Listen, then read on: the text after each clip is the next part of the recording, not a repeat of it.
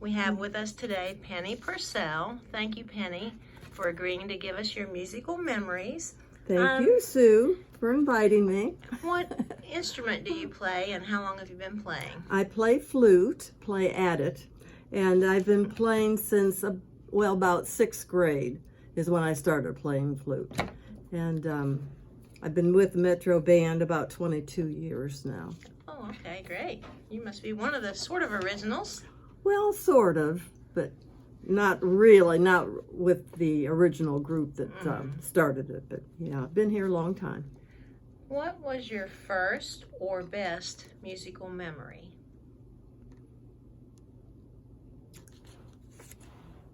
Well, I think really going back, my family was kind of a musical family, and that's when I learned to appreciate music. And my mom played the piano and the organ, and my mother and father were both percussionists, don't hold that against them, in high school. And then my dad played in community bands and shrine bands as long as I can remember. So a lot of times we would go with him to the concerts and the ice cream socials and where he played. Of course, I always remember the ice cream. But Of course. they played a lot of the big band things and marches, and people love the marches. So that's my probably first musical memory, and a good memory too. What challenges through your life did you have to overcome to continue in band?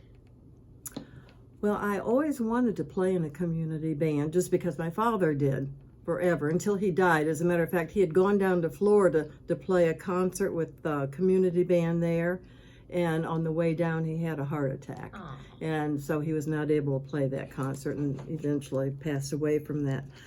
But so community bands has been a big thing with me, and I joined the Metro Band after I was divorced in about 1996, 97, someplace in there.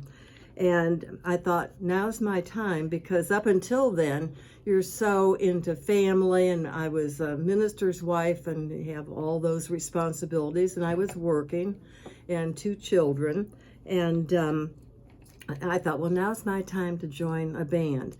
And I opened up the newspaper, and there was a big, full page, half page anyway, of Jim Bean, who used to be in the band. I never knew him. I think maybe he had passed away by that time, by the time I joined. But they were interviewing his daughter, and I believe her name was Leanne, and she played clarinet. And I saw that ad, and it gave a phone number. And I called right after I saw that article and asked her, how do I join? So she told me where the practices were and what time.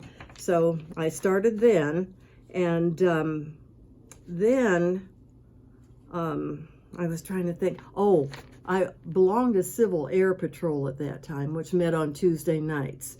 My daughter was taking flight lessons, and so I became part of the Civil Air Patrol, and I would go up there with her, and we'd practice flying.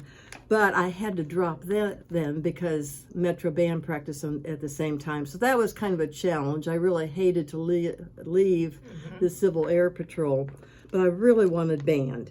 And then over the last 4 years, that's probably been my biggest challenge.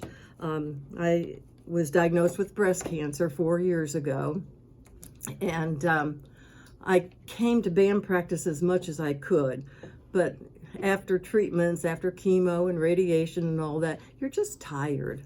And you know too, So anyway, and plus I was having trouble with my arm to hold it up there that long. It would get so tired.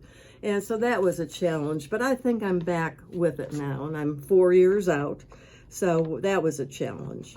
So those are my basic challenges with band. Okay.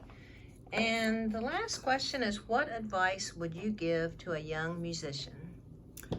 Don't get rid of your instrument. Keep it. And even if you're not playing it, mine sat there for a long time. Periodically, maybe I would play in church with the hymns or something. Sometimes I played at some weddings. Not very often, but I didn't want to get rid of my instrument. And so like 40 years after graduation, or however long it was, I picked it up again, and it's not what it was.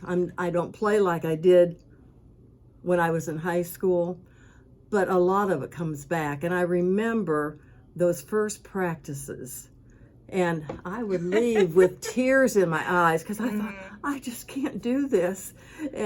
But a lot of it does come back. Yeah, it is tough at first when you haven't played for a long time. It is.